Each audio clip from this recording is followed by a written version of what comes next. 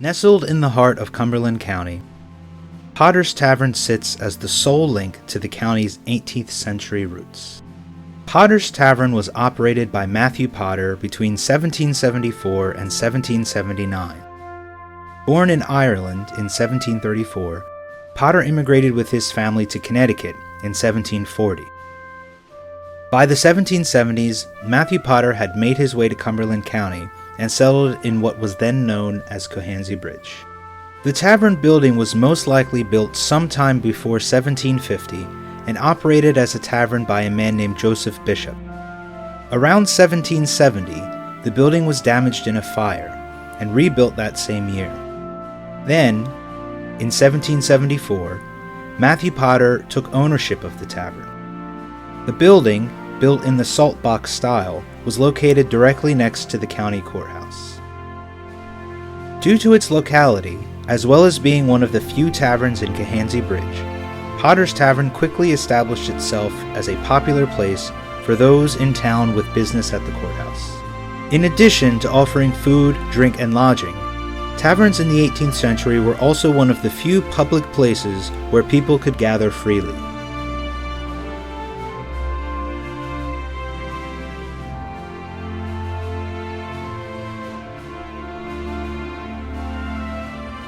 Taverns were often the site of business transactions between farmers and shopkeepers, shopkeepers and merchants and ship captains.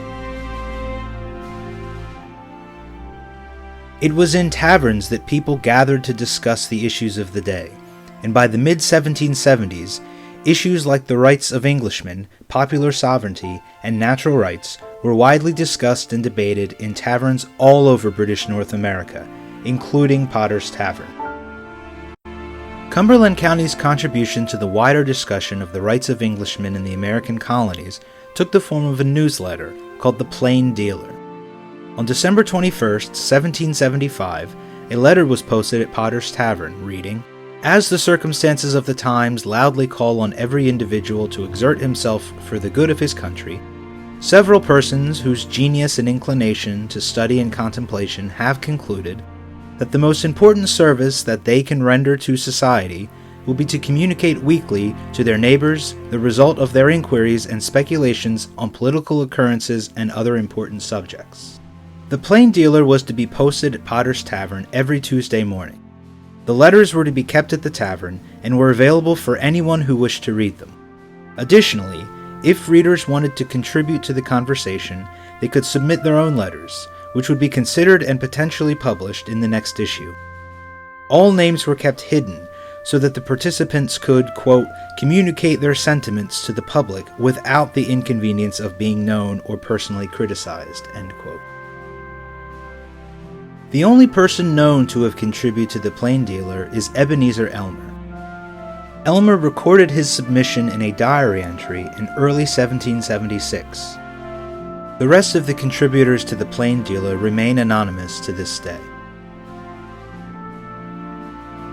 Spread throughout 13 issues, the topics covered in the Plain Dealer ranged from the importance of objective education, bundling, a 17th century practice of sewing young couples into bags to prevent hanky-panky, a topic that was hotly debated in the Plain Dealer, as well, naturally, as the growing tension between the colonies and Great Britain. By March 1776, the Plain Dealer had run its course. This was mostly due to the fact that most of the newsletter's contributors were involved in the run-up to the War of Independence.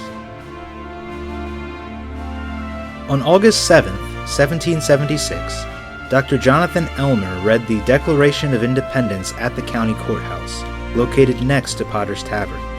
With that, the Revolution had taken hold in Cumberland County.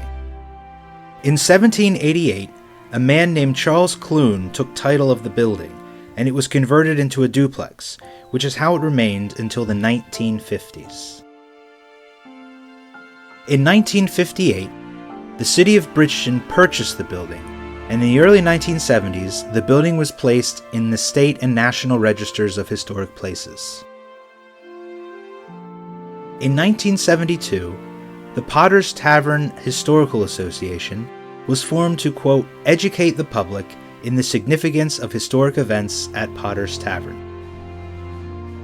The efforts of the Bridgeton Historical Commission, as well as the Potter's Tavern Historical Association, played a significant role in the tavern's ability to participate in Bridgeton's bicentennial celebration in 1976. In January 2016, Potter's Tavern faced potential destruction when the neighboring Coach Room restaurant caught fire. Burning embers showered onto the cedar-shingled roof of Potter's Tavern. Luckily, firefighters were able to prevent the spread of the fire to Potter's Tavern, averting disaster. Today, Potter's Tavern is owned by Cumberland County and is managed by the County Historical Society. It is opened a few times a year for tours. Visitors to the tavern have the rare opportunity of not only learning about the tavern and its history, but of experiencing a small segment of life in 18th century Cumberland County.